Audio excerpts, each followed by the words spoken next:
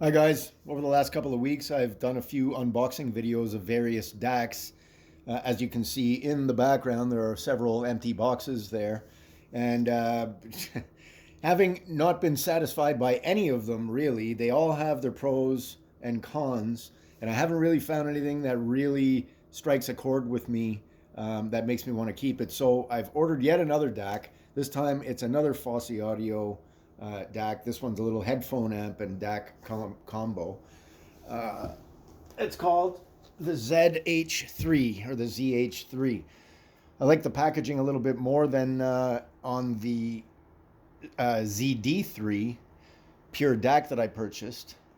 Let's take a look at what is inside. Hear the unheard. All right. So, am I going to break this box too? No, let's hope not. Alrighty. So, nice packaging on this. By the way, oh, this has a nicer manual than the one you get in the ZD3. This is way nicer. The manual you get in the ZD3 is this tiny little thing that's almost a toss-away item. Almost. So, let's take a look. Alright, so we have, whoops, a switching transformer, or switching power supply, I mean, and power cord to go along with it. Has the USB-A to USB-C connector. Has a headphone jack, sorry, a headphone adapter, I mean, from 3.5 millimeter to 1/4 inch. Comes with its remote control. Very, very similar, of course, to the to all of the DACs on the market that come with remote controls. I maintain that it's a single company that manufactures all of these, pretty sure. Let's move on to the main event, the DAC itself.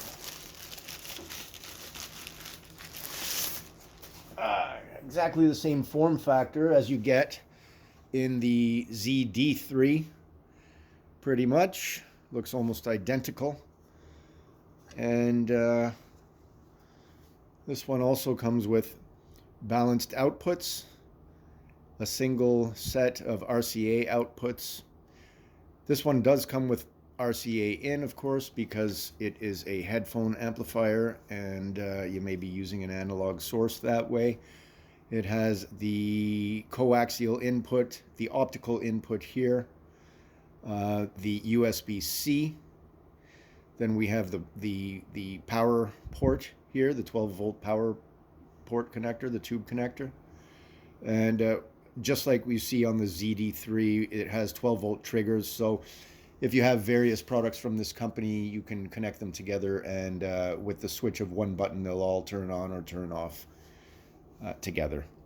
So the reason I purchased this one now is, well, I like the ZD3.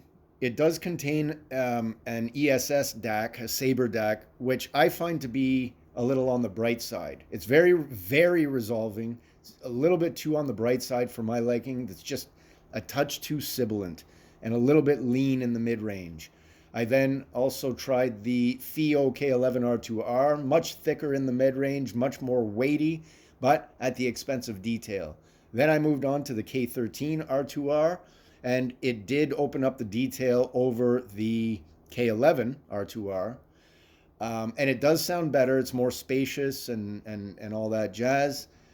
It does have a little bit more top-end detail, and like I said, more spaciousness and more distinction to the performers in space. So they're more delineated than through the K11. Anyway, this one here has an AKM chip. I think it's the 4493. And I do have other DACs that have that chip, and I know that it's not all about the chip in terms of what sound quality you get out of the unit, but I know that, of course, it does play a factor. They have their own sound characteristics. I have an SMSL Sanskrit 10th anniversary Mark II that has this same DAC chip, and I do like that AKM chip, so I thought I'd give this guy a whirl. I like the fact that it has that it's a headphone amplifier as well, because as I mentioned before, I do find that, in purchasing a DAC, I did find a little bit of an advantage in having a headphone output as well, because I do have several pairs of decent headphones. So we'll see how this one stacks up compared to the others. We'll see if this AKM chip is any different from the ESS chip as found in the ZD3. Wish me luck, people. Wish me luck. See you in the next one. Bye for now.